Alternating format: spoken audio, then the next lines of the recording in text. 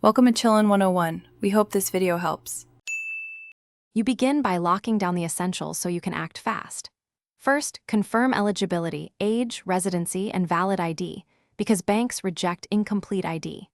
Once done, choose the account type, checking for daily use, savings for APY growth, or business for operations. This decision affects fees and limits.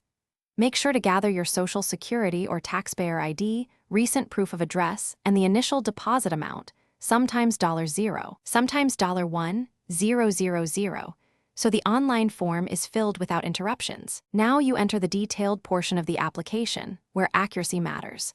Use a secure connection and type names and addresses exactly as on your ID because mismatches delay approval.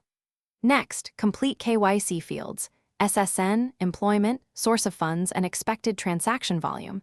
These explain why the bank should accept you. Upload clear scans or photos of required documents, ID front and back, a recent utility or lease, and a business license when applicable, so automated checks can verify you without manual review. Finish by reviewing all disclosures and signing e-agreements. This step creates your legal relationship with the bank, so read fees and limits. Then set up security, two-factor authentication, and choose your funding method. Verify linked accounts via microdeposits or instant login so transfers can start immediately. If your application is rejected, don't panic.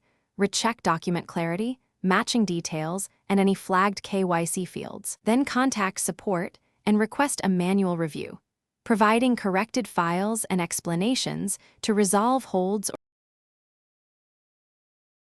Thanks for watching. Consider subscribing if we helped you.